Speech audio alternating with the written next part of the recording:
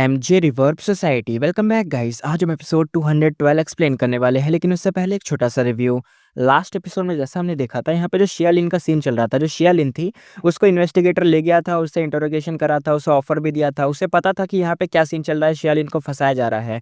उसने बोला भी कि भाई देखो, तुम चाहे कुछ कर लो, तुम यहाँ पे फंसी रही हो, तुम्हारे पास दो ऑप्शन है। पहला ऑप्शन तो ये है कि भाई ऑफर को मान लो और अपनी रेपुटेशन को सेक्रीफाइस कर दो, और रेपुटेशन सेक्रीफाइस हो जाएगी तो कोई बात नहीं, तुम्हें रिसोर्स तो मिल ही जाएंगे। और बाकी यही चीज़ है, मतलब ज़िंदगी भर के लिए रेपुटेशन सेक्रीफाइस हो जाती है तो फिर कोई शादी-वादी भी नहीं करेगा, मतलब कुछ नहीं होगा, एकदम ज़िंदगी ख़राब हो गई, क्योंकि रेपुटेशन ही तो सब कुछ होता है। वहाँ सब कुछ चला जाएगा तो फिर क्या ही है ना? तो इसलिए। और दूसरा उसके पास ऑप्शन था कि भाई काउंटर करो, लेकिन काउंटर करके भी कुछ नहीं होगा, एंड में जाके वो हार ही जाएगी, क्योंकि भाई उनके पास एक खतरनाक एविडेंस था। रिकॉर्डिंग या चैट्स वाला टाइप का रिकॉर्डिंग था। इनवे मतलब एक तरीके से वो होता है ना गूगल इन्फॉर्मेशन पाथ वाला गूगल, उसके अंदर सारा एविडेंस था। हालाँकि वो फेक बनाया गया था, लेकिन फिर भी एविडेंस तो एविडेंस था। अब ये लोग मतलब फँसा रहे थे इसको, अब ये क्या करती? तो इसने फिर भी एंड में यही चुना कि I reject this offer. Start करते हैं अपना new episode, let's start. Investigator कहता है रिजेक्ट। इन्वेस्टिगेटर ने अलग अजीब सा लुक दिया, एक कोल्ड सा लुक। वो कहता है यंग लेडी, प्रॉपर्ली सोचो, तुम यंग हो, इम्पल्सिव मत बनो। वीक स्ट्रांग से फाइट नहीं कर सकता, और तुम तो वीक भी काउंट नहीं होती अभी, तो तुम तो इतनी भी नीचे हो। शेलिन कहती है यहाँ पे, मुझे पता है मेरे पास कोई सपोर्ट नहीं, मैं बस एक स्मॉल कैरेक्टर हूँ, इसलिए तुम सबने मुझे टारगेट किया, राइट? शेलिन ने सीधा इन्वेस्टिगेटर को देखा। टोन में थोड़ा सार्केज्म था, साथ ही बिटरनेस और हेल्पलेसनेस भी थी।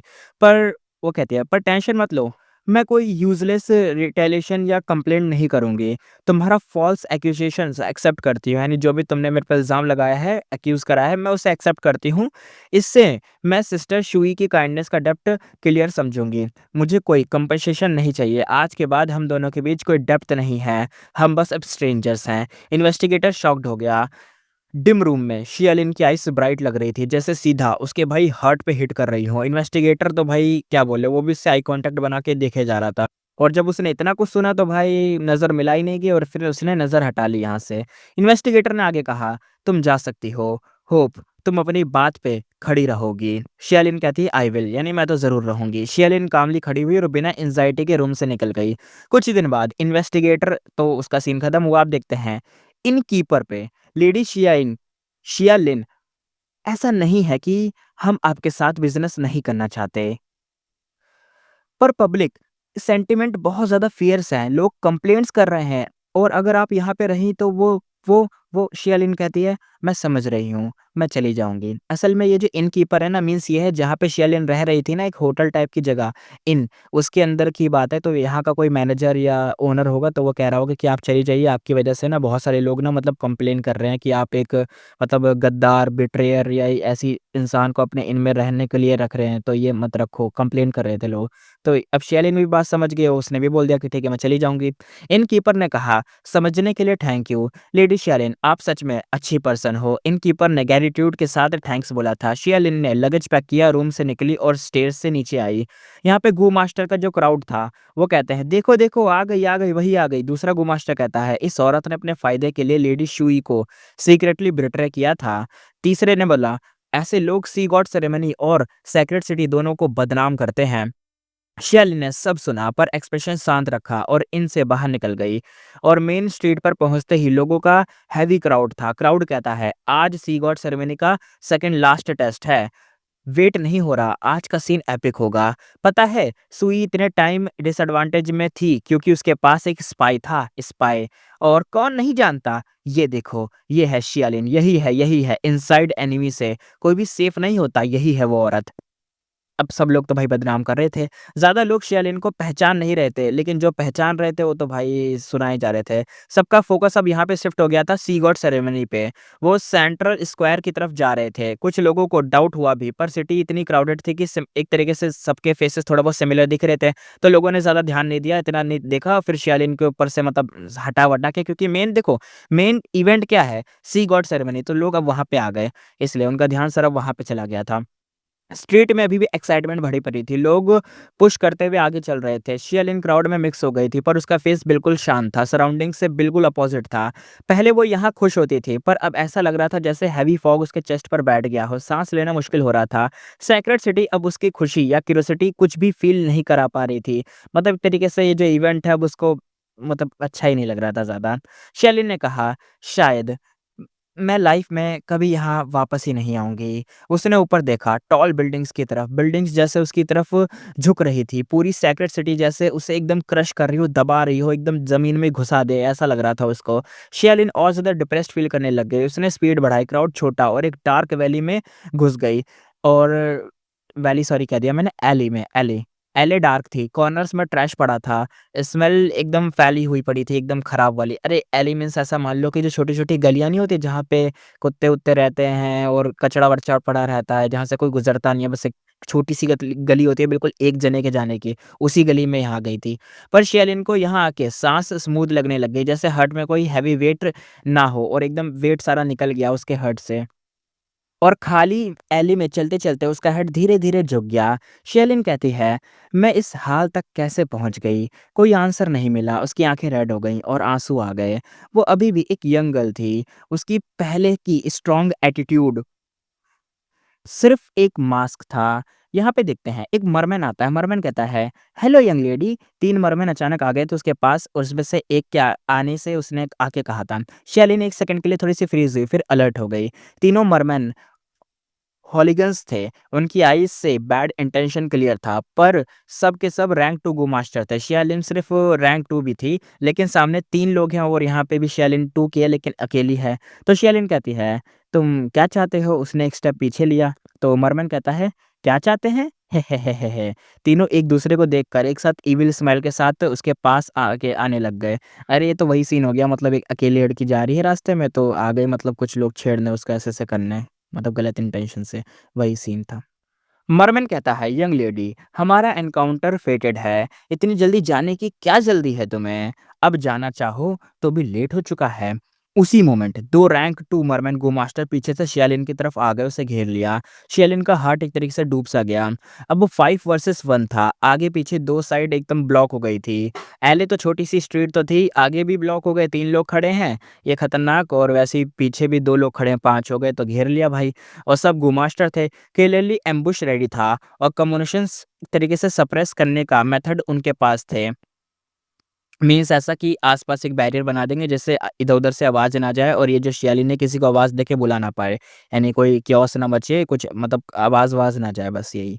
और 5 मरमैन स्लोली थ्रेटनिंग करते हुए आगे बढ़ने लगे यानी धमकी देते हुए। शेरिन पैनिक में पीछे हटती रही, जब तक उसकी बैक वॉल से एकदम लग नहीं गई। कोल्ड वॉल ने उसकी हेल्पलेसनेस और ज़्यादा बढ़ा दी। शेरिन कहती, "आओ, अगर मैं मरी भी तो तुम्हारे साथ ही मतलब एक तरीके से ले जाऊँगी।" तो मरमैन कहता है, "ओहो! छोटी-सी लड़की में गट्स हैं, हमें भी अपने साथ मारना चाहती है क्या? काफ़ी फ़ियर्स है।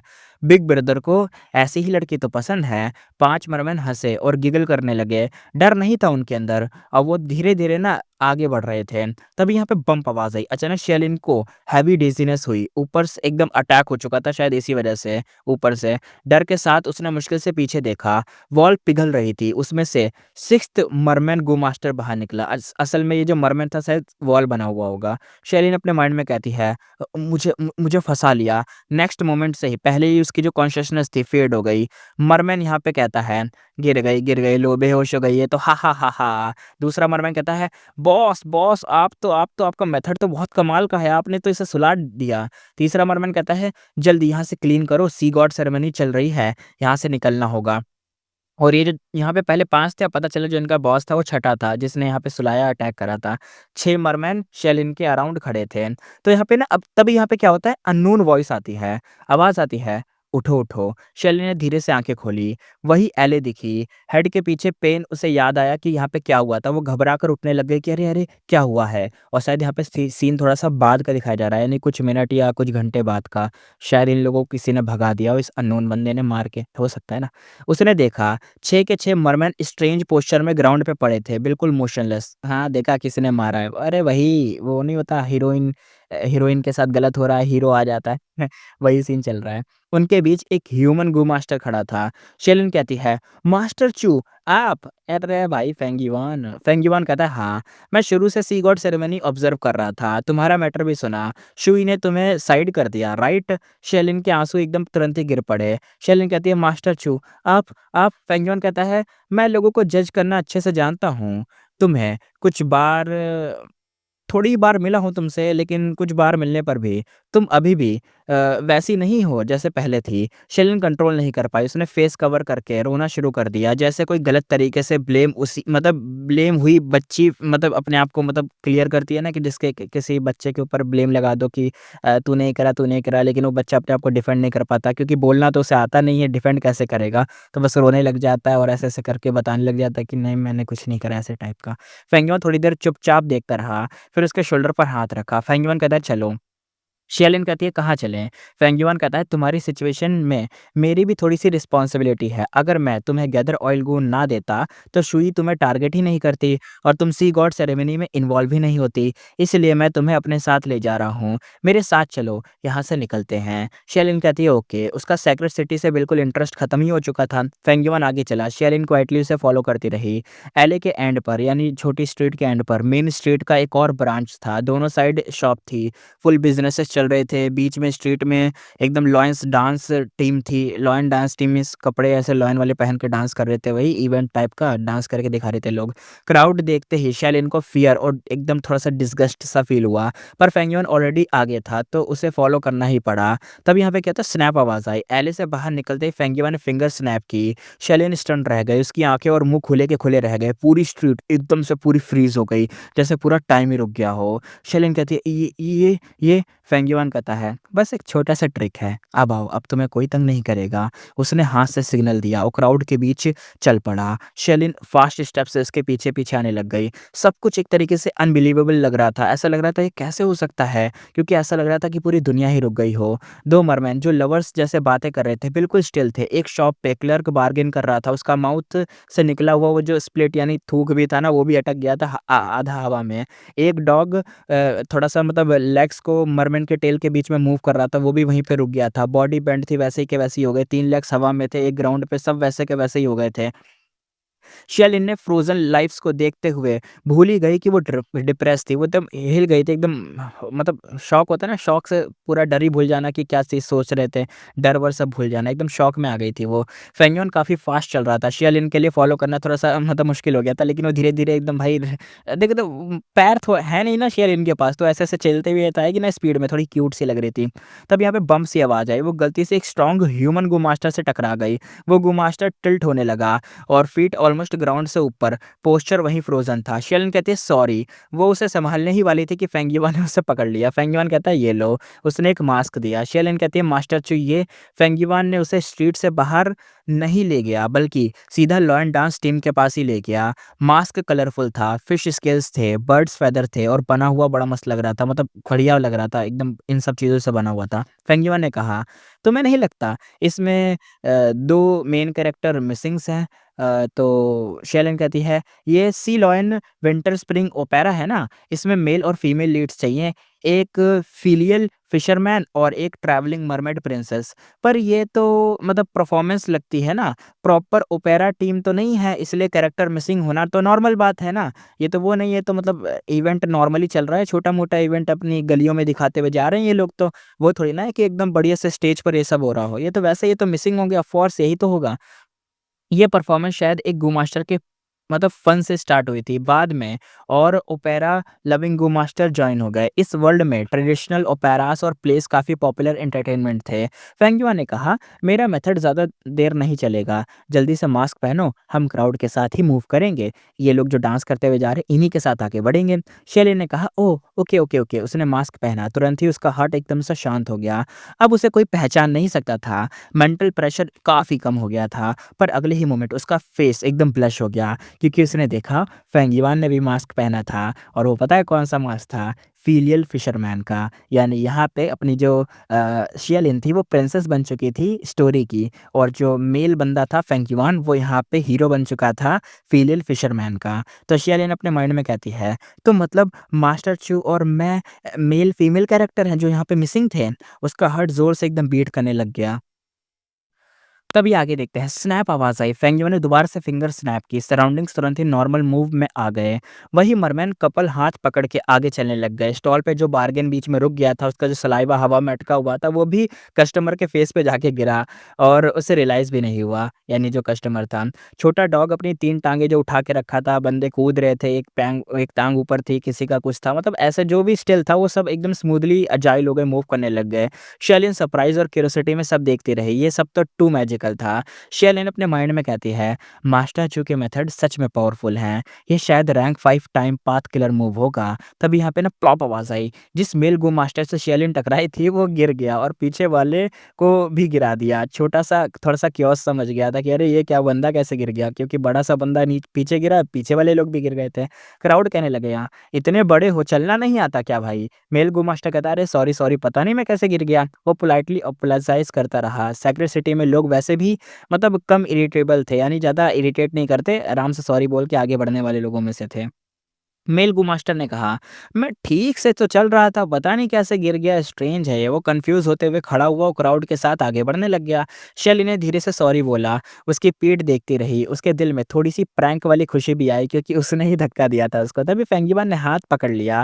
फेंगयुआन कहता है, फॉलो मी। फेंगयुआन उसे लॉयन डांस टीम की तरफ खींच के ले गया। टीम पहले स्टंड हुई, फिर और ज़्यादा एनर्जेटिक डांस करने लग गई। म्यूजिक ऑल लाउड हो गया, क्योंकि जो 2 कैरेक्टर मिसिंग थे वो कंप्लीट हो गए थे। डांसर ने कहा, अब सब कैरेक्टर्स कंप्लीट हो गए हैं, हा हा हा हा। फेंगयुआन स्माइल किया और डांस स्टार्ट किया। वो फीलियल फिशरमैन का रोल प्ले कर रहा था। मूवमेंट स्मूथ और नेचुरल थे। क्राउड तुरंत ही चीयर और हूटिंग करने लगा। फेंगयुआन डांस करते हुए शेलिन की तरफ आया। फेंगयुआन सीक्रेटली कहता है, अब तुम्हारी बारी। शेलिन का हार्ट नर्वसनेस से एकदम जोर जोर से धड़क रहा था। बचपन में प्ले प्रैक्टिस की थी, पर इतनी बड़ी क्राउड के सामने कभी परफॉर्म नहीं किया था। उसके स्टेप थोड़े से स्टिफ हो गए। फेंगयुआन हंसा, उसने शेलिन का हाथ पकड़ा और एकदम गाइड किया। उसने secretly wisdom path method use किए। शेलिन को तुरंत ही उसकी जो बॉडी थी, लाइटली फ़ील होने लग गई, एकदम हल्की-सी फ़ील होने लग गई। सारे स्टेप जो भी वो करने की कोशिश कर रही थी, वो सब क्लियर हो गए। दोनों गाते, डांस करते हुए क्राउड के साथ मूव करने लग गए। Lion dance team colourful costume और स्ट्रेंज मार्क्स में थी। एक जायंट गोल्डन सी लॉयन भी था, जहाँ जाते-जाते अटेंशन मिलता है, यानी जहाँ पे वो जाता है अटेंशन मिलता है और सब लोग उसके पीछे-पीछे चलते रहते हैं, पूरी टीम डांस वाली, और सब लोग देखते रहते हैं। मेल-फीमेल लीड्स होने की वजह से सबकी नज़र अब सीधा लॉयन के बजाय यहाँ पे फेंगयुआन और शेलिन पे आ चुकी थी। शुरू में शेलिन टेंस थी, पर धीरे-धीरे कॉन्फिडेंट हो गई। चीयर और शाउट्स और जो व्हिसल्स थे, सब उसके कानों में आ रहे थे। अपनी जो इनजस्टिस थी वो सब कुछ भूल गई थी। गलती होती तो लोग सिर्फ़ फ्रेंडली लाउड करते हैं, यानी कोई जानता ही नहीं था कि वो शेलिन है। सब बहुत खुशी से उसे चीयर कर रहे थे, और छोटी-मोटी गलती होती तो बस थोड़ा-सा हँस देते कि अरे! अरे मिस आपने तो ऐसे हँस देते बस। क्राउड मूव होती रही। कुछ कुछ लोग आगे निकल गए, कुछ और ज़्यादा जॉइन हो गए। शेलिन बिना रियलाइज़ किए एकदम बहुत हँसते-हँसते सब कुछ कर रही थी। सेक्रेट सिटी में उसने कभी ऐसी हैप्पीनेस फ़ील ही नहीं की थी। वो हैप्पीनेस में पूरी तरह से डूब गई थी, पर साथ ही डर भी था कि कहीं ये सपना तो नहीं है। शेलिन अपने माइंड में कहती है, ये बिल्कुल ड्रीम जैसा लग रहा है। उसकी नज़र फेंगयुआन से हट ही नहीं रही थी। तब अचानक फेंगयुआन के स्टेप चेंज हुए। फेंगयुआन कहता है, टाइम टू लीव। उसने शेलिन को ओपेरा टीम से खींचकर साइड स्ट्रीट की तरफ ले गया। शेलिन रेडी नहीं थी, सीधा फेंगयुआन के मतलब बाहों में ही आ गई। वो उसके चेस्ट से टकराई, स्ट्रॉन्ग मस्कुलिन बॉडी और स्मेल सी आई। जल्दी से उसने अपना मास्क पकड़ा और मतलब जो गिरने वाला था उसे पकड़ लिया, और अपना रेड फेस छुपाने की कोशिश करी, क्योंकि पूरी शर्मा चुकी थी। फेंगयुआन कहता है, यहाँ आओ यहाँ पे। फेंगयुआन उसे खींचते हुए एक एली में, वही छोटी-सी गली में ले गया। ये भी एक लोनली गली थी, डिम लाइट और गार्बेज की स्मेल के साथ वही वाली गली थी। फेंगयुआन ने उसका हाथ छोड़ दिया था और आगे चल दिया। शेलिन को तुरंत ही थोड़ा-सा एम्प्टी सा फ़ील हुआ, यानी खालीपन-सा। वो पीछे पीछे चलती रही फेंगयुआन के। लंबी सी गली में दोनों चलते रहे। फेंगयुआन बिल्कुल चुप रहा, सिर्फ़ उसके फुटस्टेप की आवाज़ गूंज रही थी। पीछे से स्ट्रीट का शोर धीरे-धीरे कम होता जा रहा था, वो लोग आगे जा रहे थे। और धीरे-धीरे शेलिन की बॉडी और हार्ट में लोनली और कोल्ड सी फीलिंग आ गई। एकदम फैलने सी लग गई अंदर ही अंदर। उसे अजीब-सा मतलब वही खालीपन-सा आने लग गया। जो थोड़ी देर पहले उसकी हैप्पीनेस थी, वो धीरे-धीरे गायब होने लग गई, और थोड़ा-सा मतलब थोड़ा-सा वरी करने लग गई। पुराना डिप्रेशन फिर से ऊपर आने लगा। शेलिन चाहती थी कि फेंगयुआन से कुछ बात करे, पर फेंगयुआन बिना पीछे देखे आगे चलता रहा। हेवी एटमॉस्फेयर की वजह से शेलिन बोलने की हिम्मत ही नहीं कर पाई थी। आखिर वैली का एग्ज़िट आ ही गया था। यहाँ की स्ट्रीट पहले वाली जितनी लाइवली नहीं थी, बस क्राउड और नॉइज़ थोड़ा बहुत था। फेंगयुआन कहता है, सोच लिया? शेलिन कहती है, सोच लिया? सोच क्या लिया? फेंगयुआन ने स्माइल के साथ शेलिन के मास्क की तरफ पॉइंट किया। फेंगयुआन कहता है, स्ट्रीट क्रॉस करते टाइम मास्क पहने रखोगी या अपना रियल फेस दिखा के क्राउड में चलोगी? शेलिन फिर से थोड़ा-सा ब्लैंक हो गई। फेंगयुआन कहता है, गली में आते ही मैंने अपना मास्क उतार दिया था, पर तुम अभी तक पहनी हो, क्यों? शर्म आ रही है? लोगों को अपने रियल फेस से मतलब फेस करने का डर है क्या?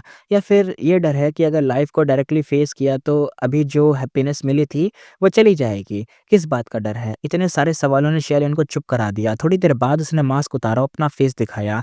शेलिन कहती है, मास्टर चू, मैं आपके इंटेंशन समझ गई हूँ, थैंक यू, दिल से थैंक यू। मैं बस एक नॉर्मल मरमेड हूँ।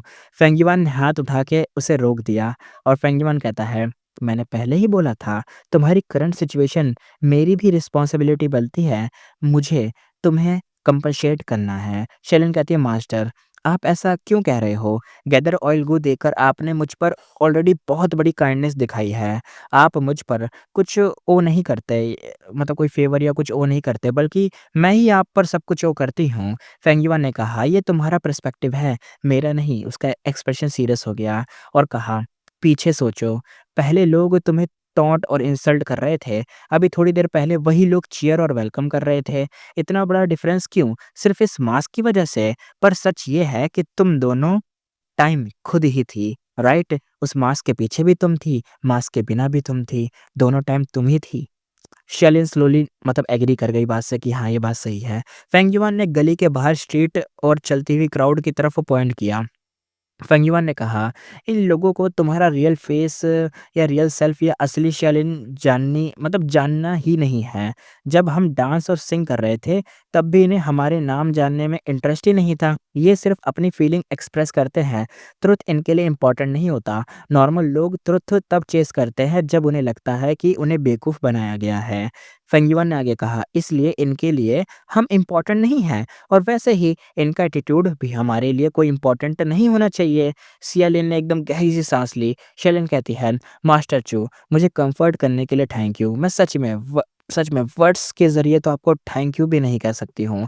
फेंगयुआ ने कहा, अभी मैं ख़त्म नहीं हुआ। स्माइल के साथ उसने आगे पूछा, कहा, जब आउटसाइडर का एटीट्यूड इम्पोर्टेंट नहीं, तो लाइफ में सच में इम्पोर्टेंट क्या है? शेलिन तीसरी बार थोड़ी-सी शॉक हो गई। शेलिन ने कहा, मास्टर मेरी इग्नोरेंस माफ़ कीजिएगा। फेंगिवान ने पहले शेलिन की तरफ पॉइंट किया, फिर अपनी तरफ किया। फेंगिवान ने कहा, हम हम खुद, हमारी रियल फीलिंग्स, अपने आप से पूछो, दिल के डीपेस्ट पार्ट की आवाज़ सुनो।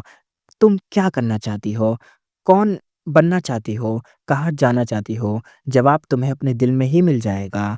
अगर ट्रैवल करना है तो वर्ल्ड घूमो। अगर लोगों के साथ अच्छा रहना है तो प्रॉपर्ली ट्रीट करो। अगर उड़ने का ट्राई करना है तो अ, आगे बढ़ो, रिसोर्स को कलेक्ट करो, फ्लाइंग वर्म खरीदो, प्रैक्टिस करो, जो तुम चाहती हो उस चीज़ को फ़ॉलो करो ना। फेंगिवान ने स्ट्रीट से फिर आगे बढ़ते हुए वही जो छोटी गली थी उससे बाहर निकलते हुए जो मेन रोड थी उसकी तरफ पॉइंट किया।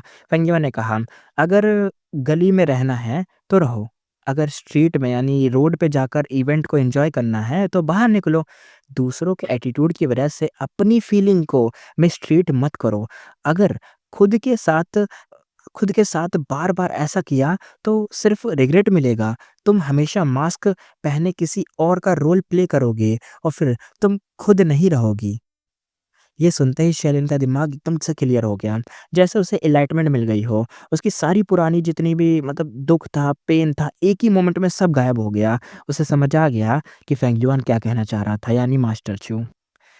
शेली ने आगे कहा, मास्टर मैं अपनी लाइफ भर आपकी जो गाइडेंस है कभी नहीं भूलूंगी। मरमेड ने एक स्टेप पीछे लिया और फेंगयुआन को सीरियसली बो किया, यानी रिस्पेक्ट दिखाई। फेंगयुआन ने कहा, हा हा हा, लगता है मेरी मेहनत वेस्ट नहीं गई, पर कभी भी कहना इजी होता है और करना मुश्किल होता है। जो आप तुमने बोला है ना उस पे टिके रहना। फिर उसने पूछा, अभी इस मोमेंट पे तुम सबसे ज़्यादा क्या करना चाहती हो? शेलिन हेजिटेट हो गई। उसके माइंड में पहला थॉट आया, मैं आपके साथ रहना चाहती हूँ, पर बोलने से पहले ही फेंगिवान ने हेड शेक किया। फेंगिवान कहता है, तुम अभी प्रॉपर्ली नहीं सोची, बाद में टाइम मिलेगा सोचने का। वैसे मुझे फ़र्क नहीं पड़ता तुम क्या करना चाहती हो, पता है मैं क्या करना चाहता हूँ? शेयरली ने हेड शेक किया। अगले ही मोमेंट उसकी आइज़ वाइडली ओपन हो गई, बॉडी फ्रीज़ हो गई। फेंगिवान ने धीरे से हाथ बढ़ाकर उसके फेस को टच किया। शेलिन का हार्ट तेज़ी-तेज़ी से एकदम धड़कने लग गया, फेस पूरा रेड हो गया, आइज़ में वाटरी शाइन आ गई। फेंगिवान के जो गर्म हाथ थे, उसका जो गर्म हाथ की वो जो हथेलियाँ थी, उसको टच कर रही थी उसकी बॉडी को। उसके माइंड में लाइट एकदम इलेक्ट्रिक शॉक जैसा फ़ील हो रही थी और सिंपल एक्शन था, पर शेलिन को एकदम ऐसा लग रहा था कि बहुत, बहुत बढ़िया लग रहा था, वो मूव तक नहीं कर पा रही थी। फेंगियो ने अपना हाथ वापस लिया, फेंगियो ने कहा, "तुम अभी भी मास्क पहने हो?" तो शेलिन कन्फ्यूज़ हो गई। फेंगियो ने कहा, "कभी हम खुद मास्क पहनते हैं, कभी लोग हमें फ़ोर्स करते हैं।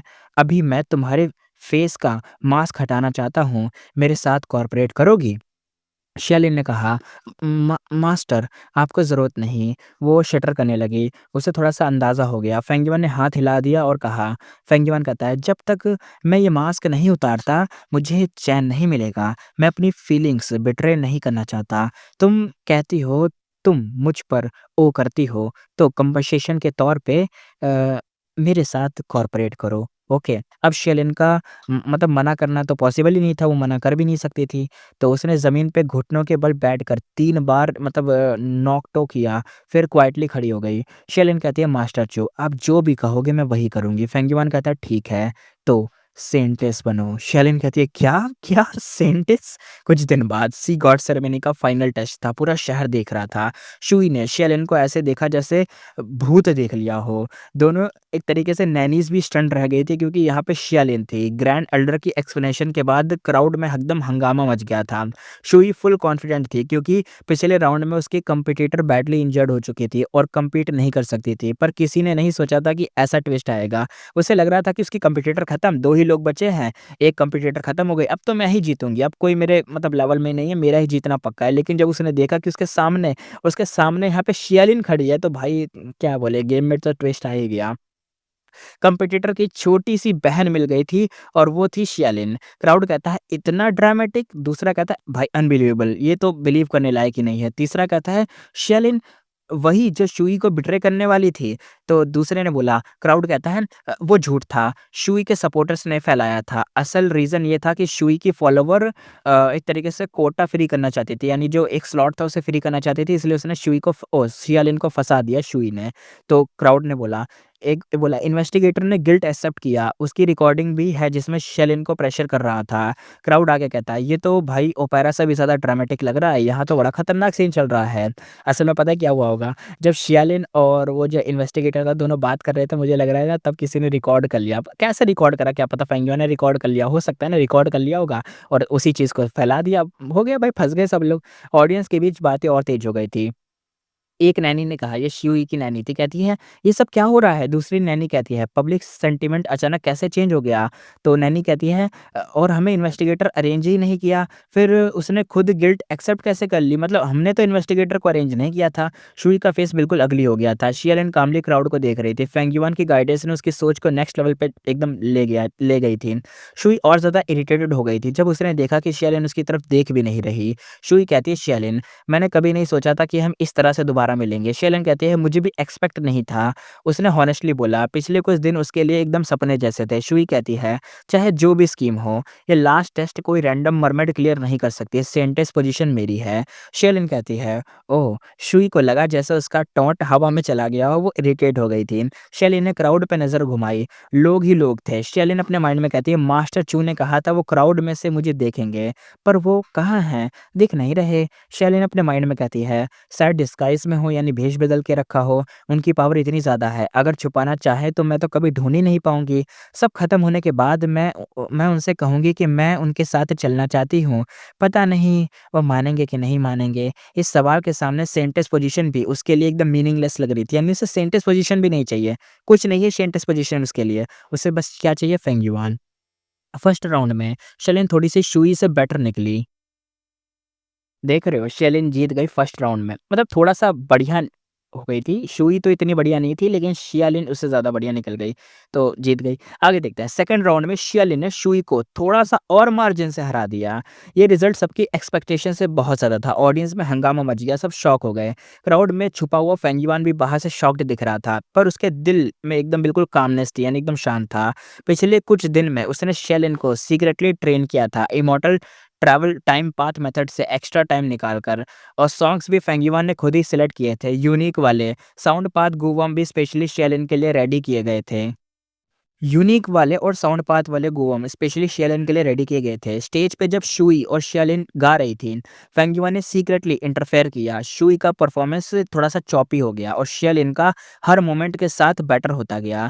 फेंग युआन ने अपने माइंड में कहा, यहाँ हम आउटसाइडर के अलावा कोई गो इमॉर्टल नहीं। मॉर्टल गो मास्टर के इस सेरेमनी को इमॉर्टल मेथड से कंट्रोल करना कौन सा मुश्किल काम है। साइड में दोनों नैनीज़ टेंशन में एकदम भाई पसीने-पसीने हो गई थी। नैनी ने कहा, अब क्या करें? थर्ड राउंड शुरू होने वाला है। अगर शुई शेंटेस नहीं बनी तो उन्हें क्लैंस से पनिशमेंट मिलनी ही थी, कन्फर्म में मिल जाएगी। शुई का फेस थोड़ा-सा सफ़ेद हो गया जब उसने शियालिन को देखा। उसके लिए सब कुछ ड्रीम जैसा लग रहा था। शुई के नज़र में शियालिन पहले बस एक डल ऑर्डिनरी गर्ल थी। सिर्फ़ गैदर ऑयल गू और मरमेड होने की वज़ह से उसका यूज़ किया गया था और उसे थोड़ा-सा ऑकवर्ड लगा, पर कोई बड़ी दिक्कत नहीं लगी थी। शुई सोचती रही, रैंक 2 गो मास्टर क्या रिवेंज लेगी? बैकग्राउंड भी नहीं है। रैंक 5 गूवर्म के साथ वीक होना खुद इनवाइट है ट्रबल का। वेल्थ से ही ग्रीड आती है, इसलिए शुई के हिसाब से क्लैन को गू देना शियालिन के लिए भी हेल्प ही होता। ये सब छोटा-सा प्लान था। पर सेंटेंस पोजीशन ज़्यादा इम्पोर्टेंट थी, इसलिए उसने शियालिन को टेम्पररी छोड़ दिया। अगर पहले कोई बोलता कि शियालिन उसकी बिगेस्ट ऑब्स्टिकल बनेगी, तो शुई सिर्फ़ हँसती। अब उसे अपनी इस सिचुएशन पे थोड़ा-सा हँसने का तो मन हो रहा था कि वो वाला हँसना होता है ना कि अरे! क्या कर दिया मैंने, वैसा वाला ना, ऐसे वाले हँसने वाला हो रहा था। फेंग युमा ने शियालिन के लिए फ़ेक आइडेंटिटी इतनी परफेक्टली बनाई थी कि सैग्रेड सिटी में कोई भी डिटेक्ट नहीं कर सकता था। प्रूफ़ बिल्कुल एक तरीके से आयरन आयरॉनिक था। शुई खुद भी मान गई थी। शुई अपने माइंड में कहती है, डेस्टिनी सच में क्रूल जोक करती है।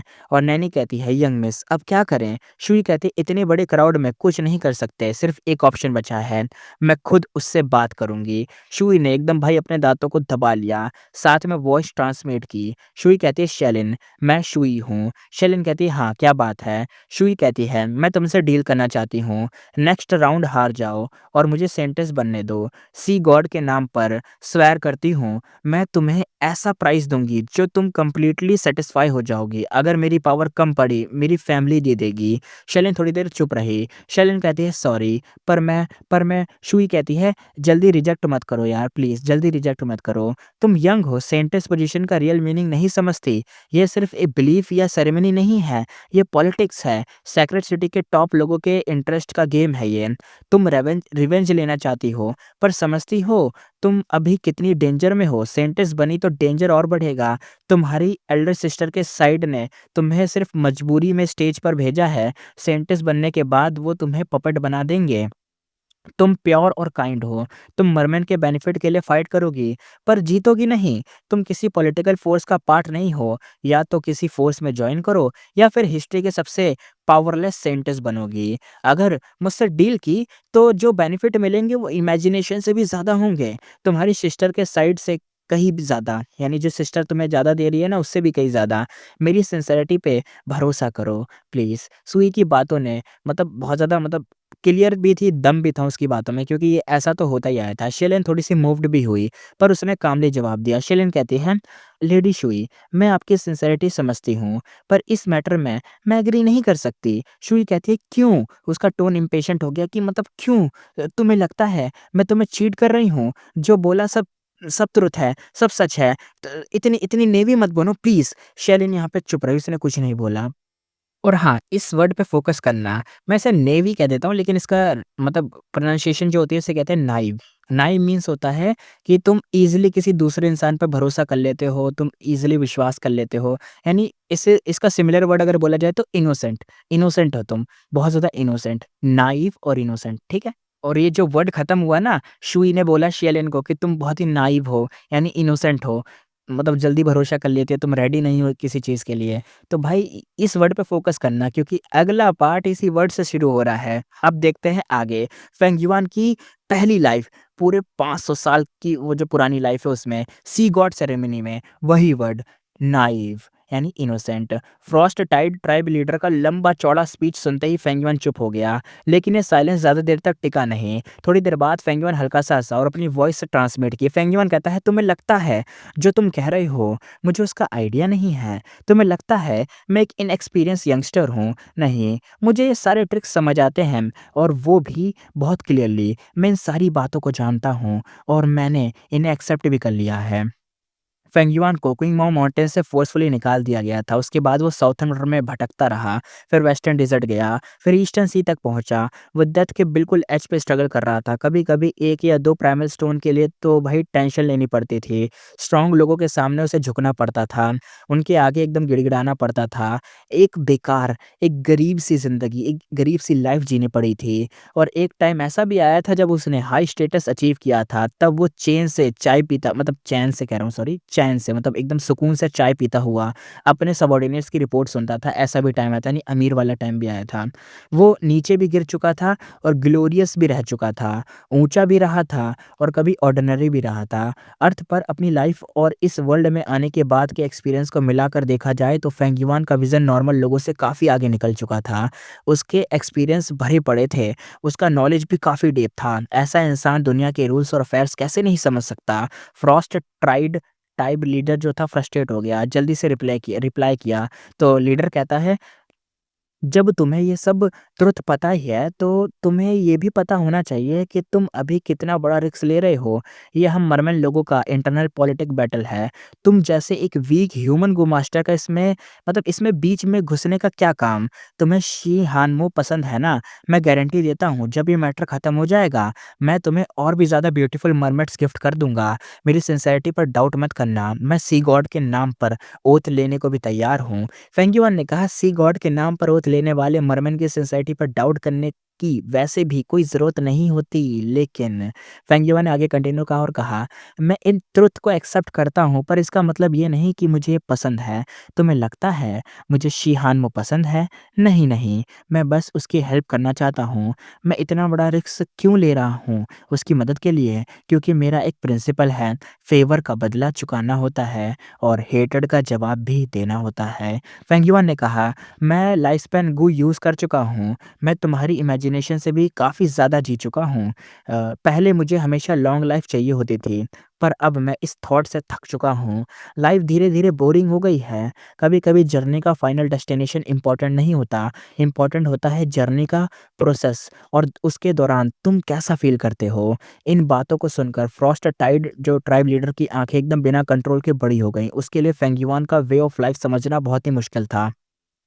ट्राइब लीडर कहता है, तुम कह रहे हो कि सेंटेंस का पोजीशन इंपॉर्टेंट नहीं है, बल्कि इस कंपटीशन में शी हानवो की हेल्प करना ही मेन चीज़ है। फेंगयुआन कहता है, बिल्कुल सही, लेकिन इससे भी ज़्यादा है। तुमने पॉलिटिक्स के एक डार्क साइड की बात की और मुझे मरमेड ब्यूटीज़ गिफ्ट करने के प्रॉमिस भी दिया। ये दोनों चीज़ें मेरे लिए बिल्कुल भी इम्पोर्टेंट नहीं है। मैं सिंपल वर्ड्स में बोलता हूँ ताकि तुम थोड़ा समझ सको। मैं इतना ज़्यादा जी चुका हूँ कि अब मास्क पहनकर जीने से मैं पक चुका हूँ। डेथ मुझे बिल्कुल भी स्कैरी नहीं लगती। अभी मैं बस अपनी सबसे रियल इमोशन और फीलिंग्स के साथ जीना चाहता हूँ। मैं अपने गोल्स अपने तरीके से अचीव करूँगा। सिर्फ़ ऐसे जीने से ही मुझे लाइफ़ का एक्साइटमेंट और जीने की डिज़ायर फ़ील होती है। फ्रॉस्ट ट्राइब लीडर बिल्कुल एक तरीके से डंब स्टक हो गया था। पूरा एकदम भाई हिल गया था। आखिरकार वो चिल्लाते हुए बोला, लीडर कहता है, तो ये बात है, तुम एक लुनैटिक हो। इतना सब बोल दिया, पर मतलब सिर्फ़ इतना ही है कि तुम बहुत ज़्यादा जी चुके हो। अब जीना नहीं चाहते। मान लिया तुम गो इमॉर्टल थे, पर अब तुम सिर्फ रैंक 3 गो मास्टर हो और फिर भी अपनी मर्ज़ी से लाइफ़ जीना चाहते हो। तुम सपने देख रहे हो। फेंगयुआन मुस्कुराया। फेंगयुआन कहता है, तुम्हें लगता है गो इमॉर्टल बनने के बाद लोग अपनी मर्ज़ी से जी सकते हैं, बिना मास्क पहने जी सकते हैं। जहाँ लोग होते हैं, वहाँ सोसाइटी होती है और कॉन्फ्लिक्ट होते हैं। सिर्फ सर्वाइव करना और सच में जीना, ये दोनों अलग चीज़ें हैं। तुम कैसे जीना चाहते हो, ये तुम्हारी स्ट्रेंथ और कल्टीवेशन पर डिपेंड नहीं करता, बल्कि तुम्हारे अपने हर्ट पर डिपेंड करता है। थोड़ी देर रुक कर फेंगयुआन ने फिर से बोला। फेंगयुआन कहता है, वैसे देखा जाए तो लो स्ट्रेंथ भी काफ़ी इंटरेस्टिंग होती है। जब तुम बिना मास्क के जीते हो, तो कम स्ट्रेंथ तुम्हें रियलिटी का ज़्यादा डिफ़िकल्टीज़ और चैलेंजेस फेस करने पर मजबूर करती है। इन डिफ़िकल्टीज़ को क्रॉस करो, इन चैलेंजेस का सामना करो, तब लाइफ़ और भी ज़्यादा वंडरफुल बन जाती है। ट्राइब लीडर वहीं खड़ा रह गया। उसकी आँखें और भाई मुँह एकदम खुले के खुले रह गए। वो कुछ बोल ही नहीं पाया। उसकी नज़र भीड़ पर घूमती हुई आखिर फेंगयुआन पर ही रुक गई। उसने फेंगयुआन के चेहरे पर एक हल्की-सी स्माइल देखी। उसके दिल में एक भाई कोल्डनेस सी दौड़ पड़ी। उसने सोचा, ये आदमी इतना अजीब और डेविएंट थॉट रखता है जो कॉमन लॉजिक से बिल्कुल अलग है। इसके अंदर सेल्फ डिस्ट्रक्शन और ट्रेडेंसी है। ये शायद डेमोनिक हो चुका है। रूल्स फॉलो करना इतना स्कैरी नहीं था। सबसे ज़्यादा टेरिफाइंग बात ये थी कि ये रूल्स के हिसाब से सोचता ही नहीं था। इसका थॉट प्रोसेस बिल्कुल नॉर्मल लोगों से अलग था। ये नॉर्म से बहुत दूर जा चुका था। ये एक डीमन था। ट्राइब लीडर ने कहा, "ये एक ट्रू डीमन है, एक true demon." Frost tribe leader के दिल में एक और कोल्डनेस सी आ गई। उसे लगा कि ये फेंग युआन की असली नेचर है। चाहे फेंग युआन बिना वजह लोगों का सिलेक्टर नहीं करता और चाहे वो अभी भी फेवर्स रिपे करने जैसे काइंड एक्ट्स करता हो। इसी के साथ ट्राइब लीडर ने एक गहरी पावरलेसनेस सी भी फ़ील करी। वो कुछ नहीं कर पा रहा था। और यहाँ पर ट्राइब लीडर अगर सामने कोई इनएक्सपीरियंस यंगस्टर होता तो ये जो ट्राइब लीडर था वो खुद को एक सीनियर बनाकर उसे गाइड कर सकता था, उसे सोसाइटी की कॉम्प्लेक्सिटी और कुछ डार्क ट्रुथ समझा सकता था। लेकिन फेंगिमा सब कुछ ऑलरेडी समझता था। वो लगभग हर चीज़ बहुत ही क्लियरली जानता था और सबसे ज़्यादा हेल्पलेस करने वाली बात ये थी कि फेंगिवान के थॉट्स पूरी तरह से बाकी लोगों से अलग थे। ट्राइब लीडर ने कहा, "ये बंदा बहुत ही स्ट्रॉन्ग माइंडेड और स्टर्न बॉर्न है, यानी ज़िद्दी है। सिर्फ रैंक 3 कल्टीवेशन है, फिर भी इतनी हिम्मत कैसे कर सकता है? अनरीज़नेबल है, बिल्कुल अनरीज़नेबल है, यानी कोई रीज़न नहीं बनता इसका। ये एक लुनाटिक है, ये एक मैडमैन है, बहुत ज़्यादा एरोगेंट है, ये लाइफ़ और डेथ दोनों को ही एक तरीके से कंटेम्प्ट से देखता है। सही बात है, जब ये डेथ से भी नहीं डरता तो फिर ऐसा क्या है जो ये मतलब जो ये करने से डरेगा? इस दुनिया की सारी वेल्थ, ब्यूटीज़ और स्टेटस भी शायद इसके अपने ट्रू फीलिंग के सामने बेकार हैं। फिर मैं इसे ल्योर करने के लिए क्या ही बचा है? क्या ही बचा है, क्या हूँ मैं? मतलब मैं कैसे इसे ल्योर करूँगा किसी चीज़ के लिए? ट्राइब लीडर धीरे-धीरे पागल होता जा रहा था, उसे समझ नहीं आ रहा था कि क्या बोलूँ, मैं क्या करूँ? जितना ज़्यादा वो सोचता, उतना ही ज़्यादा उसे समझ आता और जितना ज़्यादा वो समझता, उतना ही ज़्यादा क्लियर होता गया कि फेंगयुआन बिल्कुल फ़ियरलेस है और उसे ल्योर करना पॉसिबल ही नहीं। हो सकता है कभी ऐसा दिन आए जब वो ल्योर हो, लेकिन वो सिर्फ़ तब होगा जब फेंगयुआन खुद चाहेगा और वो उसकी मतलब एक तरीके से जेन्युइन इंटेंशन होगी, लेजिट इंटेंशन। इस दुनिया में जीना ईज़ी नहीं होता, मरमन के लिए भी ये बिल्कुल सेम था। फ्रॉस्ट ट्राइब लीडर के पास हाई अथॉरिटी का स्टेटस था, लेकिन उसके लिए लाइफ और भी ज़्यादा मुश्किल थी। ऊपर से मरमन सैक्रेड सिटी के एल्डर उस पर प्रेशर डाल रहे थे। नीचे से उसके सबॉर्डिनेट एक-दूसरे के खिलाफ प्लॉटिंग कर रहे थे या उसकी पोजीशन पर नज़र जमाए हुए थे। उसके बहुत सारे बच्चे थे जो पावर और अथॉरिटी चाहते थे और उसकी कई वाइफ्स के बीच गहरे कॉन्फ्लिक्ट्स थे। हर चीज़ को एक तरीके से सुपरवाइज़ करना और अरेंज करना उसकी ज़िम्मेदारी थी। तो क्या उसका करप्ट होना गलत था? नहीं। करप्शन क्या होता है? करप्शन बस इतना ही होता है कि तुम थोड़े ज़्यादा बेनिफिट्स ले लो और वो बेनिफिट्स दूसरे बेनिफिट होल्डर को अनफ़ेयर लगने लगें। जैसे केक बनाते मतलब एक तरीके से जब क्या होता है ना, केक बाँटने का मतलब होता है जब सीन होता है केक बाँटे जाते हैं, जैसे केक बाँटने का सीन होता है, नॉर्मली मेन एक तरीके से ना एक-एक पीस लेते हैं। तुम 1 पीस लेते हो, अब मैं चुपके से एक एक्स्ट्रा पीस ले लूँ और तुम्हें जलन हो गई और तुम एक तरीके से कंप्लेंट करते हो, तुमने डिस्ट्रीब्यूशन एग्रीमेंट तोड़ दिया, तुम्हें इतना ज़्यादा लेने का राइट किसने दे दिया? ये करप्शन होता है। क्या तुम्हें लगता है सेंटेंस को सपोर्ट करने वाली ग्रैंड एल्डर की साइड बिल्कुल भी करप्ट नहीं है? कहीं न कहीं थोड़ा बहुत भी करप्शन ज़रूर होगा। मान लो ग्रैंड एल्डर खुद करप्ट ना हो, तो उसके सबॉर्डिनेट्स का क्या? उसके बच्चों का क्या? बस इतना फ़र्क था कि फ्रॉस्ट ट्राइब लीडर के मतलब ट्राइब लीडर जितने हेवी करप्ट नहीं थे, लेकिन करप्ट तो देखो कोई ना कोई था ही। यानी उतने करप्ट नहीं होंगे, लेकिन करप्ट तो ज़रूर होंगे। और मान लो ग्रैंड एल्डर की साइड बिल्कुल भी करप्ट ना हो, तभी वो हायर अप्स ही थे। वो लोग जो केक एन्जॉय करते थे और साथ ही साथ दूसरों का मतलब तरीके से एक्सप्लॉइट भी करते थे, यानी उनको एकदम उनका सब चीज़ें ले लेते, एक्सप्लॉइट कर देते, उन्हें लूटना ये सब चीज़ें करना। इस एंगल से देखा जाए तो सभी एक्सप्लॉइटर्स ही थे। फिर डिफरेंस क्या था? सब एक जैसे ही थे। इसलिए फ्रॉस्ट ट्राइब लीडर ने कभी भी नहीं सोचा था कि उसका करप्शन गलत है। वो बस ज़्यादा वेल्थ, ज़्यादा ब्यूटीज़, ज़्यादा अथॉरिटी चाहता था। जैसे-जैसे उसका करप्शन बढ़ता गया, वैसे-वैसे वो डिस्ट्रीब्यूशन एग्रीमेंट की लिमिट को क्रॉस करता गया। लेकिन वो रुकना नहीं चाहता था। उसके अंदर की ग्रीड उसे रोकने ही नहीं दे रही थी। ट्राइब लीडर ने कहा, "नहीं, ये ग्रीड नहीं है। ये मेरी इंस्पिरेशन है, ये ग्रीड नहीं है।" बहुत बार ट्राइब लीडर ये बात अपने दिल में ज़ोर से चिल्लाता, अपने आप को कन्विंस करता। एक जोक था, जो जोक ऐसा भी नहीं लगता था कि मतलब वो जोक है। एक फ़ादर अपने सन से पूछता है, "बड़े होके तुम क्या बनना चाहते हो?" सन बोलता है, "मैं वेल्थ और ब्यूटीज़ चाहता हूँ।" फ़ादर उसे थप्पड़ मार देता है। सन फिर बोलता है, "मैं करियर और लव चाहता हूँ।" फ़ादर मुस्कुराता है और हल्का-सा सर हिला देता है। इसका मतलब ये हुआ कि जब करियर और लव इंस्पिरेशन हो सकते हैं, तो वेल्थ और ब्यूटीज़ भी इंस्पिरेशन ही है। इसलिए ट्राइब लीडर अपने ऊपर फुल कॉन्फिडेंट था। क्या वेल्थ, ब्यूटीज़, अथॉरिटी और फेम चेज़ करना गलत था क्या? क्या ये क्रूड लगता है? ये सब इंस्पिरेशन ही तो थे। कौन-सा इंसान है जिसकी लाइफ़ इंस्पिरेशन से भरी हुई ना हो? हर किसी के अंदर इंस्पिरेशंस होती हैं। ट्राइब लीडर दिल से इस इंस्पिरेशन को पसंद करता था क्योंकि ये इंस्पिरेशन उसे आगे बढ़ने का पुश देती थी और दूसरों को भी टेम्प्ट करती थी कि वो अपनी इंस्पिरेशन के लिए पे करें, सैक्रिफाइस करें और ट्राइब लीडर की मदद करें ताकि वो अपनी इंस्पिरेशन अचीव कर सके। उसके करप्शन में खुद भी गलत नहीं थे, ये उसकी इंस्पिरेशन थी। यानी ये करप्शन नहीं, उसकी इंस्पिरेशन थी। इंस्पिरेशन पॉलिटिकल होनी चाहिए और उन्हें अचीव करने के लिए एफर्ट्स भी चाहिए होते हैं। ट्राइब लीडर पहली बार करप्शन में गिरा था, तभी उसे पता था कि एक दिन ऐसा आएगा जब लोग उसका मतलब एक तरीके से अपोज़िट करेंगे, विरोध करेंगे और उसे ब्लेम करेंगे। लेकिन फिर क्या? ये सब तो नेचुरली था ना, ये सब वो डिफ़िकल्टीज़ और पेन थे जिनसे उसे अपनी इंस्पिरेशन अचीव करने के लिए गुज़रना ही था। जब तक वो इन डिफ़िकल्टीज़ को पार कर लेता और इस सफ़रिंग को सरप्रेस कह रहा हूँ सॉरी सरपास कर लेता, फ्रॉस्ट ट्राइड का लीडर अपनी इंस्पिरेशन अचीव कर सकता था। यानी ये उसके लिए एक रास्ता ही था, जो रास्ते के हर्डल्स थे, ये डिफ़िकल्टी से पेन यानी वो जो लोग विरोध करेंगे ना कि तुम करप्शन क्यों कर रहे हो? ये सब उसकी हर्डल्स ये क्रॉस ये करना मतलब ये सब हर्डल्स ही होंगे। अगर वो इन सबसे पार कर लेता है, वो अपना गोल अचीव कर लेगा, इंस्पिरेशन अचीव कर सकता है। जब तक वो secret manipulation, indirect approaches, threats जैसे पॉलिटिकल टेक्निक्स का यूज़ करता रहा, वो अपनी इंस्पिरेशन पूरी कर सकता था। काफ़ी टाइम से अथॉरिटी पोजीशन पर रहने के कारण ट्राइब लीडर इसी बात पर पूरा कॉन्फिडेंट था। उसके पास कॉन्फिडेंट होने का रीज़न भी था। अगर फेंगयुआन अचानक बीच में ना आता, तो वो कब का शी हानमो को नीचे गिरा चुका होता और अपने खुद के प्यादों को सेंटेंस बना चुका होता। जैसे ये हो जाता, वो ग्रैंड एल्डर को डिफीट कर देता और अपना करप्शन के फ्रूट्स को सक्सेसफुली डिफेंड कर लेता।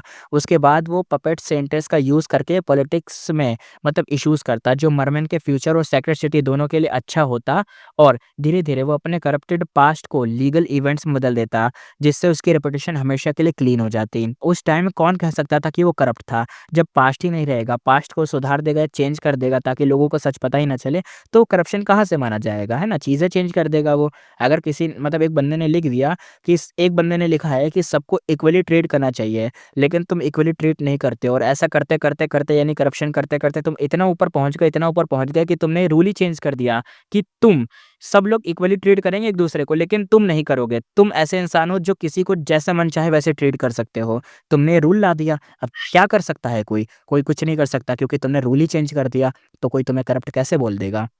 लेकिन जब फ्रॉस्ट ट्राइब लीडर बस जीतने ही वाला था, तब वो फेल हो गया और वो फेलियर एक तरीके से पूरा कंप्लीट फेलियर था, सिर्फ़ इसलिए क्योंकि उसकी टक्कर फेंग युआन से हो गई थी। ट्राइब लीडर ने कहा, "ये बंदा इसके पास कोई इंस्पिरेशन ही नहीं है।" नहीं, ये पूरी तरह से सही भी नहीं था। ट्राइब लीडर को लगता था कि फेंग युआन कोई भी वेल्थ, ब्यूटीज़, पावर और फेम एक तरीके से फेम पसंद है, लेकिन उन सबसे ज़्यादा फेंग युआन को अपनी फीलिंग्स के हिसाब से जीना पसंद है, उसकी इंस्पिरेशन थी। यानी फेंग युआन को ये सब पसंद तो है, ब्यूटीज़, पावर, वेल्थ ये सब कुछ पसंद है, लेकिन ना वो अपनी पसंद से जीना चाहता है, वो अपने हिसाब से जीना चाहता है, वही उसकी इंस्पिरेशन है। ऐसे इंस्पिरेशन का क्या मतलब था? ऐसे इंस्पिरेशन के सामने क्या बाकी ज़्यादातर लोग चीप या ऑर्डिनरी नहीं लगेंगे? मतलब नहीं लगने लगेंगे क्या? ये बंदा सच में डेथ को इनवाइट कर रहा था। ट्राइब लीडर ने गुस्से और नफ़रत से एकदम दाँत कस लिए और ये नफ़रत और भी ज़्यादा बढ़ गई क्योंकि उसके दिल के किसी कोने में एक अनजाना-सा एक डर भी छुपा हुआ था। फ्रॉस्ट ट्राइब लीडर चाहता था कि वो फेंगयुमन की चमड़ी उधेड़ दे। वो चाहता था कि फेंगयुन तुरंत ही मर जाए, लेकिन वो अभी ऐसा कर भी नहीं सकता था क्योंकि ये सी गॉड सेरेमनी थी। अब देखते हैं फाइनल सॉन्ग। शी हानमो और फेंगयुन दोनों साथ में स्टेज पर चले। फेंगयुमान ने एकॉम्पेनिमेंट प्ले की और शी हानमो का गाना चारों तरफ से फैल गया। नीला समुंदर हँस रहा है, टाइडल वेव्स ज़ोर-ज़ोर से उठ रही हैं, लहरों के साथ बहते हुए सिर्फ आज की परवाह। आसमान हँस रहा है। इस बिज़ी मॉर्टल वर्ल्ड पर कौन जीतेगा, कौन हारेगा, सिर्फ़ हेवन जानता है। इंसान की लाइफ़ भी लहरों जैसी होती है, कभी ऊपर कभी नीचे। तो फिर हमेशा विन और लॉस की इतनी टेंशन क्यों? इस नेचुरल रोमांटिक फीलिंग ने पूरी क्राउड को एक तरीके से एकदम भाई मतलब प्योर कर दिया था। सारी प्योरिटीज़ अंदर भर दी थी और इन मतलब जो बेकार की चीज़ें होती हैं, वो सब निकाल दी थी। आगे वो कंटिन्यू करा गाना।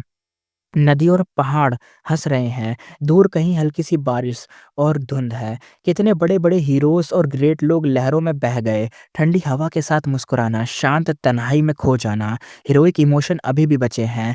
ठंडी रात में रिफ्लेक्ट होते हुए, बोल्ड और लॉफ्टी फ्री एक तरीके से अनरिस्ट्रेन्ड हर तरह की इंस्पिरेशन लहरों में धुल जाती है। यहाँ तक कि लाइफ खुद भी ख़त्म हो जाती है। पर इसमें बड़ी दिक्कत क्या है? एक नोबल इंसान एक्सटर्नल चीज़ों का स्लेव नहीं होता, वर्ल्ड से थोड़ा-सा अलॉफ गेन और लॉस भूल कर जीता है।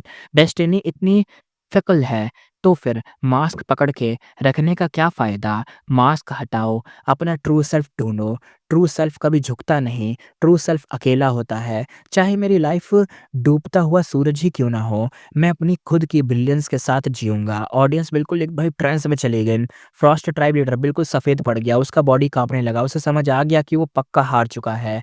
आगे गाना कंटिन्यू हुआ, नीला समुंदर हँस रहा है, टाइडल वेव्स ज़ोर-ज़ोर से उठ रही हैं, लहरों के साथ बहते हुए सिर्फ़ आज की परवाह, आसमान हँस रहा है इस बिज़ी मॉर्टल वर्ल्ड पर, कौन जीतेगा, कौन हारेगा सिर्फ़ हेवंस जानता है। नदियों, पहाड़ हँस रहे हैं, दूर कहीं हल्की-सी बारिश और धुंध। कितने बड़े-बड़े हीरोज़ और ग्रेट लोग लहरों में बह गए, आम लोग हँस रहे हैं, कोई तन्हाई नहीं, पर मेरे अंदर का अनडाइलिंग स्पिरिट अभी भी पागलों की तरह हँस रहा है। मैं वर्ल्ड में स्ट्रगल करता हूँ, मैं पैदा हुआ, मैं दुनिया में आया, मैं अपनी लाइफ़ खुद जी, अपनी फीलिंग्स के हिसाब से जी, चाहे लहरों ने मुझे उछाल कर डेथ के किनारे तक ले जाए, मैं कभी दुखी नहीं होऊँगा, कभी रोऊँगा नहीं, कभी डरूँगा नहीं, कभी टेंशन नहीं लूँगा। मैं इन सब फेवर्स को पूरी तरह से एन्जॉय करूँगा, एंड तक पागलों की तरह हँसता रहूँगा। मैं अपनी नेचर के साथ ट्रू हूँ, मैं एक ट्रू पर्सन हूँ। स्टेज पर फेंगुआ ने आँखें बंद किए, पूरी शिद्दत से गूवम एक्टिवेट करता रहा, ज़ीतर की आवाज़ पूरे एरिया में फैल गई थी। ट्राइब लीडर ने कहा, ये डीमन है। शी हानवो भी गाते हुए ट्रांस में चली गई थी। वो फेंगयिमान को देख रही थी, उसकी आँखों में एक्स्ट्राऑर्डिनरी ब्राइटनेस चमक रही थी। शी हानवो कहती है, इतनी फ्री और अनरिस्ट्रेन्ड लाइफ़, क्या ये वही नहीं है जो मैं चाहती हूँ? फेंगयिमान ऐसा गाना बना सकता है, उसके पास एक इमॉर्टल जैसी डिस्पोज़िशन है। अब देखते हैं वापस प्रेज़ेंट में। चलो ये तो पास्ट लाइफ़ थी। पास्ट लाइफ़ खत्म होती है, प्रेज़ेंट में आ गए। Dragon wheel grow to heaven, mermaid secret city, sea god ceremony. यहाँ पे शियालिन थर्ड सॉन्ग के लिए स्टेज पर चढ़ी। नीला समुंदर हंस रहा है, टाइडल वेव्स जोर जोर से उठ रही हैं, लहरों के साथ बहते हुए सिर्फ आज की परवाह, आसमान हंस रहा है। इस बिजी मॉर्टल वर्ल्ड पर कौन जीतेगा, कौन हारेगा सिर्फ हेवन जानता है। पूरी जगह शॉक में आ गई थी। शुई का चेहरा बिल्कुल सफ़ेद हो गया था, रिज़ल्ट पहले ही डिसाइड हो चुका था।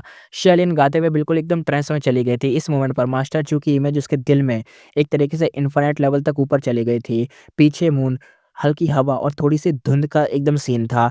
वो फ़ेमिलियर मेलोडी फिर से फेंगयिमान के कानों में गूंज उठी। उसकी मेमोरीज़ के साथ इंटरवीन हो गई। यानी वो जो उसकी पास्ट की यादें थी, वो आ रही थी उसके मन के अंदर, और ये जो प्रेज़ेंट का टाइम चला था शियालिन वाला, वो भी आ रहा था। शी हानमोर शियालिन दोनों के मतलब चीज़ें उसके दिमाग में आ रही थी। कभी वो खुद स्टेज पर एक तरीके से एक होता है ना, एक अकॉम्पेनिमेंट बनकर खड़ा था, आँखें बंद, चेहरे पर हल्की-सी स्माइल। आज वो स्टेज के बाहर एक स्पेक्टेटर बनकर, यानी सिर्फ़ देखने वाला बनकर खड़ा था। उसकी आँखों में डार्क लाइट छुपी हुई थी। कई सौ साल जीने के बाद टाइम की मैसिव पावर ने उसे बदल दिया था, और फिर ऐसा लगता था जैसे कुछ भी नहीं बदला। वो हमेशा से गुयू फेंगयुआन ही था। अब आगे सेरेमनी, सी गॉड सेरेमनी खत्म हो चुकी थी, रिजल्ट भी बिल्कुल शॉकिंग था। जो सेंटेंस बनी वो किसी ने भी एक्सपेक्ट नहीं किया था, वो थी शियालिन। सेंटेंस पायलट ब्राइट और गॉर्जियस लाइट से चमक उठा। सर्वेंट्स का एक ग्रुप इधर से उधर भाग रहा था। शियालिन अब सेंटेंस के कपड़ों में बदल चुकी थी। वो व्हाइट ड्रेस में थी।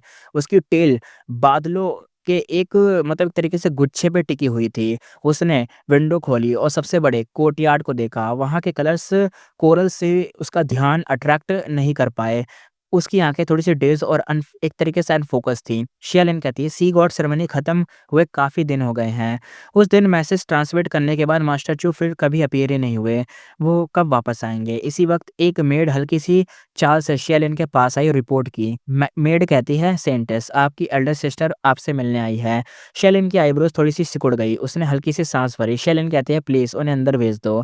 शियालिन की एल्डर सिस्टर ज़ाओलू सेंटेस पैलेस के अंदर आई। नाम के लिए ही वो शियालिन की एल्डर सिस्टर थी। फेंगयिमान की मेमोरी टेम्पर करने के बाद इस एल्डर सिस्टर को शियालिन की आइडेंटिटी पर कोई डाउट नहीं था। ज़ाओलू कहती है, लिटिल सिस्टर क्या तुमने कुछ दिन पहले जो मैंने कहा था उस पर सोचा? शेलिन ने हल्की सा हेड शेक करा। शेलिन कहती है, मुझे सच में अफ़सोस है। मैं किसी और मैटर में इन्वॉल्व नहीं होना चाहती। सेंटेंस बनना कभी मेरा गोल ही नहीं था। अगर पॉसिबल हो तो मैं सेंटेंस भी नहीं बनना चाहती। यहाँ पे ज़ाओलू हँसी। उसकी हँसी में एक तरीके से रिडिकुल और जेलसी दोनों का मिक्स था। फाइनल स्टेज में वो शुई से थोड़े से डिफरेंस से हार गई थी। उसके बाद शेलिन अचानक से बीच में आ गई और अपने बैकर्स के सपोर्ट के साथ सिर्फ ट्राई करने के लिए ही खड़ी हुई थी। किसी ने भी नहीं सोचा था कि शेलिन ट्राई करते ही जीत जाएगी। ज़ाओ लू के पीछे जो पॉलिटिकल फोर्स थी वो नेचुरली शेलिन को छोड़ने वाली नहीं थी। वो चाहते थे कि शेलिन उनकी रिप्रेजेंटेटिव बने और उनके लिए बेनिफिट्स लाए। लेकिन फेंग युआन के जाने से पहले उसने शेलिन को क्लियरली इंस्ट्रक्शन दिया था कि वो किसी भी पर्सन से एग्री ना करे, किसी भी पॉलिटिकल फोर्स के साथ साइड ना ले। इसलिए शेलिन ने कुछ दिन पहले ही ज़ाओ लू को रिफ्यूज़ कर दिया। नेचुरली ज़ाओ लू का मूड बिल्कुल भी अच्छा नहीं था और पहली बात, उसकी खोई हुई छोटी बहन अचानक से सामने आ गई। ब्लड रिलेशन के अलावा उसे सिस्टर के लिए कोई अफेक्शन फ़ील नहीं होता था। दूसरी बात, उसने इतने सालों तक मेहनत की और एंड में शेलिन जो बीच में कट इन करके आई, सेंटेंस का पोज़ीशन ले गई। ये उसके लिए लाइफ़ लॉन्ग ड्रीम को छीन लेने जैसा था। तीसरी बात, उसके पीछे की फ़ोर्स ने फिर भी उसे भेजा ताकि वो अपनी यंगर सिस्टर शेलिन को एक तरीके से प्रेशर कर सके, अपनी साइड में लाए। फिर भी शेलिन ने मना कर दिया। इन सारी बातों के साथ ज़ाओ लू का मूड नेचुरली ख़राब ही रहना था। ज़ाओलू कहती है, शेरिन अगर तुम सच में सेंटेंस बनना नहीं चाहती तो फिर कंपटीशन में क्यों आई? मुझसे ये बातें मत करो। हम दोनों सिचुएशन को अच्छी तरह समझते हैं। जो भी तुम्हारी डिमांड्स हैं सीधा बताओ। ये डील तुम्हें पूरी तरह से सैटिस्फाई कर देगी। शेलिन की आईब्रोज और गहरी हो गई। वो जानती थी कि ज़ाओलू उसकी एल्डर सिस्टर नहीं है। ये सब मास्टर चू का अरेंजमेंट था और ज़ाओलू के मुँह से ऐसे वर्ड सुनकर शेलिन की उसके बारे में इंप्रेशन और भी खराब हो गया। शेलिन ने कहा, एल्डर सिस्टर, मुझे सच में अफ़सोस है, मैं इन सब मैटर में इन्वॉल्व नहीं करना चाहती, लेकिन आप रेस्ट एश्योर्ड रहिए, यानी टेंशन मत लीजिए। मैं किसी और फ़ोर्स के साथ भी कोलैबोरेट नहीं करूँगी। अगर मैं आपके साथ नहीं आ रही तो मैं किसी और के साथ भी नहीं जाऊँगी। ज़ाओलू की आँखें और बड़ी हो गई। ज़ाओलू कहती है, शेलिन तुम सच में बहुत ही ज़्यादा नाइव हो। वही वाला वर्ड आ गया, नाइव, यानी इनोसेंट हो। तुम्हारे दिमाग में वैसे थॉट्स हैं। मुझे लगा तुम राइट प्राइस का वेट कर रही हो। हह! मैंने तुम्हें ओवर एस्टिमेट कर लिया। अगर ऐसा ही है तो मैं क्लियरली कह देती हूँ, अगर तुम्हें हमारा सपोर्ट नहीं मिला तो तुम मर जाओगी, समझी?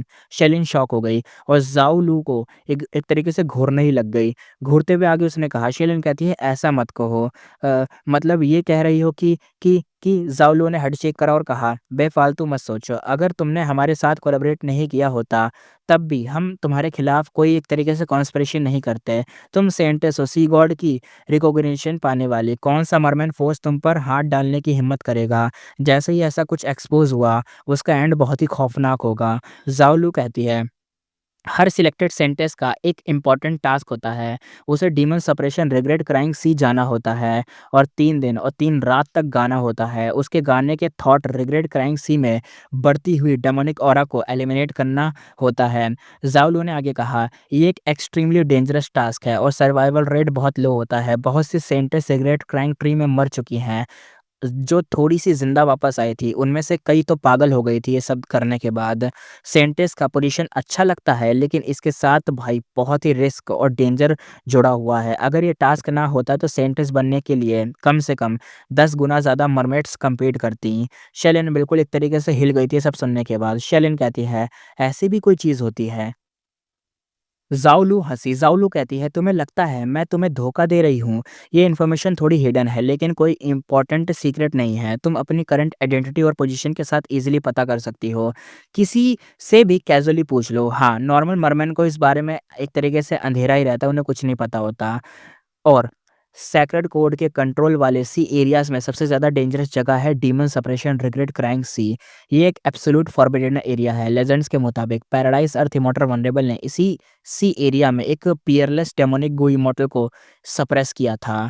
इमॉर्टल वल्नरेबल था, बिलीवेंट था कि उसने उस डेमोनिक गो इमॉर्टल की जान नहीं ली। उसने उसे सील कर दिया ताकि वो रिपेंट करे, यानी अपने जो भी गलत काम करा उसका पश्चाताप करे। वो डेमोनिक गो इमॉर्टल मजबूरी में रिपेंट करता रहा, इसलिए उस सी एरिया में अक्सर रोने की आवाज़ें आती रहती हैं। लेकिन उसके सेंस बहुत ही हैवी थे और उसकी डेमोनिक नेचर बहुत स्ट्रॉन्ग थी। इसी वजह से थोड़े टाइम के बाद डेमोनिक ऑरा जमा होने लगता है और सी एरिया के लिविंग ऑर्गेनिज्म को इन्फ्लुएंस करने लगता है, उन्हें ज़्यादा स्ट्रॉन्ग, ज़्यादा फेरोसियस और ज़्यादा क्रूर बना देता है। सेंटेस का टास्क होता है डीमन सप्रेशन रिग्रेट क्राइंग सी के सेंटर में जाकर अपनी पूरी स्ट्रेंथ से गाना, उसके सॉन्ग के थ्रू डेमोनिक ऑरा को डिस्पेल करना होता है। अगर ऐसा ना किया जाए तो टाइम के साथ डेमोनिक ऑरा और ज़्यादा स्ट्रॉन्ग होता जाता है और वहाँ के लिविंग बीइंग्स और भी ज़्यादा मतलब एक तरीके से एक तरीके से ना इनसेन खतरनाक मतलब एकदम पागल हो जाते हैं। ये डेमोनिक ऑरा एक तरीके से बहुत खतरनाक होता है और धीरे-धीरे डीमन सप्रेशन रिग्रेट क्राइंग सी के एरिया को एक्सपेंड भी करता रहता है। शेलिन का एक्सप्रेशन बिल्कुल सरप्राइज़ हो गया। ये पहली बार था जब उसने ये सीक्रेट सुना था। शेलिन कहती है, "पहले की सेंटेंस सपोर्ट और फुल प्रिपरेशन के साथ भी एक्सट्रीम डेंजर फेस करती रही थी। अगर मैं बिना तुम्हारी हेल्प के अकेले गई, तो ये ऑलमोस्ट डेथ सीक करने जैसा होगा।" ज़ाओलू का टोन थोड़ा-सा फ़र्म हो गया। ज़ाओलू कहती है, "ऑलमोस्ट नहीं, बल्कि पक्का होगा, यानी तुम मेरी बिना हेल्प के गई, यानी बिना हमारे सपोर्ट के गई तो तुम्हारी डेथ तो पक्की है, यही मैंने कहना चाह रही थी। ज़ाओलू को लगा था कि ये बात शेलिन को कन्विंस कर देगी, लेकिन शेलिन ने फिर भी रिजेक्ट कर दिया। शेलिन कहती है फिर भी मैं कोलैबोरेट नहीं करूँगी। ज़ाओलू का एक्सप्रेशन थोड़ा-सा कोल्ड हो गया। ज़ाओलू कहती है चाहे इसका रिज़ल्ट तुम्हारी डेथ ही क्यों ना हो। शेलिन के दिल में हेजिटेशन था, लेकिन उसके दिमाग में फेंगयुआन की इमेज आ गई। इसी वजह से वो फेंगयुआन के साथ किए हुए एग्रीमेंट पर टिकी रही। शेलिन कहती है हाँ, मैं श्योर हूँ, चाहे मैं मर भी जाऊँ। ज़ाओलू इतनी गुस्से में आ गई कि वो हँस पड़ी। ज़ाओलू कहती है अगर ऐसा ही है तो मैं सिर्फ़ तुम्हें गुड लक की ही विश कर सकती हूँ। दोनों बहस एक तरीके से मतलब अब क्या ही करते हैं, दोनों बहनें अब अ, हो गया भई एक टाइम पे आ गई। अब देखते हैं आगे। अब आगे देखते हैं। फेंगजुआन कहता है, "हा, हा, हा! आखिरकार ये अपीयर हो ही गया। ओके, शायद ये इसी चीज़ का वेट कर रहा था।" मैरिट ओबेलिस्क के सामने खड़े फेंगयुआन की आँखों में ब्राइट लाइट निकल रही थी। मैरिट ओबेलिस्क पर एक नया टास्क अपीयर हो चुका था। न्यू सेंटेंस की सबसे इम्पोर्टेंट मिशन कंप्लीट करने में मदद करना। इस टास्क में कोई डिटेल नहीं दी गई थी, सिर्फ़ टास्क देखकर कोई आउटसाइडर समझ ही नहीं सकता था कि मिशन क्या है। लेकिन फेंगयुआन पहले ही इंजरी क मतलब एक तरीके से सॉरी इंजरी कह रहा हूँ, इंक्वायरी कर चुका था, यानी पहले इन्फॉर्मेशन पता कर चुका था, चीज़ें चेक कर चुका था। मर्मन सेक्रेड कोर्ट में जो सेंटेंस सिलेक्ट होती है, उसका एक इम्पोर्टेंट मिशन होता है डीमन सप्रेशन रिग्रेट क्राइंग सी को प्यूरीफाई करना। फेंगयुआन सिर्फ़ तभी डीमन सप्रेशन रिग्रेट क्राइंग सी में एंटर कर सकता है जब तक ऐसा टास्क आए तब, और अब टास्क आ चुका है क्योंकि उसने खुद ही उसको उसे बनाया है ना, सेंटेंस बनाया है शियालिन को इसलिए। लेकिन प्रॉब्लम ये थी कि फेंगयुआन श्योर नहीं था कि ये टास्क मेरिट ओबेलिस्क पर अपीयर होगा या नहीं, इसलिए उसे एक सेंटेंस को सपोर्ट करना ज़रूरी था और वो सेंटेंस लो स्ट्रेंथ वाली हो और जिसके पास कोई सपोर्ट ना हो। ऐसी कंडीशन में सेंटेंस खुद से मिशन कंप्लीट नहीं कर पाएगी, मतलब मिशन कंप्लीट नहीं कर पाती और उसे आउटसाइडर की हेल्प चाहिए होती। इस ग्रोटो हेवन में एक तरीके से होता है ना, एक तरीके से सप्रेस्ड डेमोनिक इमॉर्टल के अलावा कोई लोकल कोई इमॉर्टल नहीं था।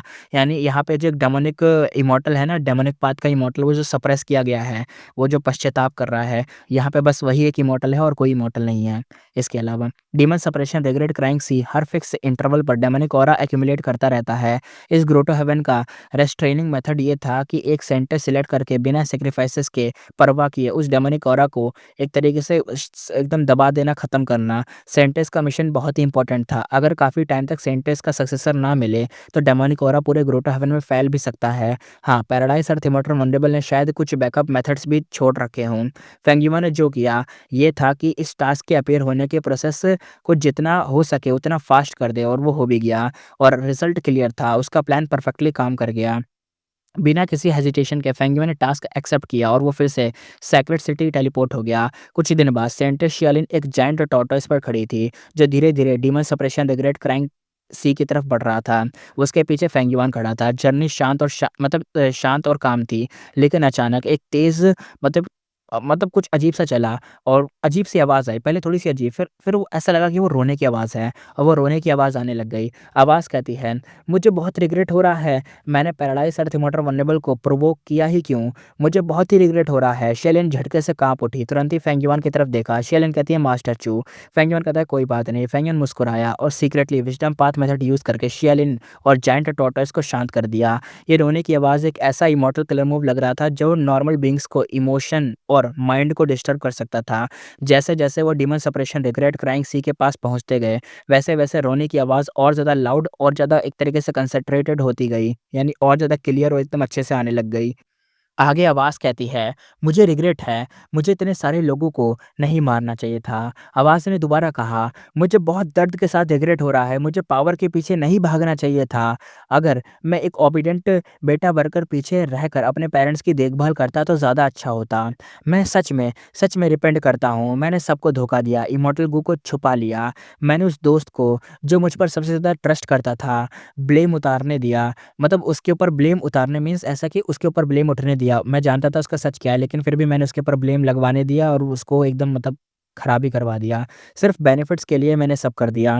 इस दर्दनाक और एक तरीके से अजीब-सी क्राइज़ ने शियालिन का चेहरा ब एकदम सफ़ेद कर दिया था, लेकिन फेंगयुआन उल्टा और ज़्यादा एक्साइटेड हो गया, क्योंकि उसे इस जगह पर एक मैसिव इमॉर्टल गू फॉर्मेशन क्लियर फ़ील हो चुकी थी। फेंगयुआन कहता है, "अब मैं लगभग श्योर हूँ कि रिग्रेट गू यही है। लेकिन अगर मैं रिग्रेट को ले लेता हूँ, तो क्या पैराडाइज़ अर्थ के अरेंजमेंट्स डिस्ट्रॉय हो जाएँगे? उसके बैकअप मेथड्स ट्रिगर हो जाएँगे?" फेंगयुन को थोड़ा-सा डाउट भी था। रिग्रेट गो बहुत ही ज़्यादा इम्पोर्टेंट था। ये समुंदर के अंदर बंद जायंट डीमन को सप्रेस करने का काम आता था और क्लियरली पैराडाइज़ अर्थ के ट्रू इनहेरिटेंस का हिस्सा नहीं था। यानी ट्रू इनहेरिटेंस का हिस्सा तो नहीं था। लेकिन फेंगयुआन के लिए रिग्रेट गो एक ऐसा क्रूशियल गूवर्म था जो उसे हर हाल में लेना ही था। उसने रिस्क लेने का डिसीज़न कर लिया था।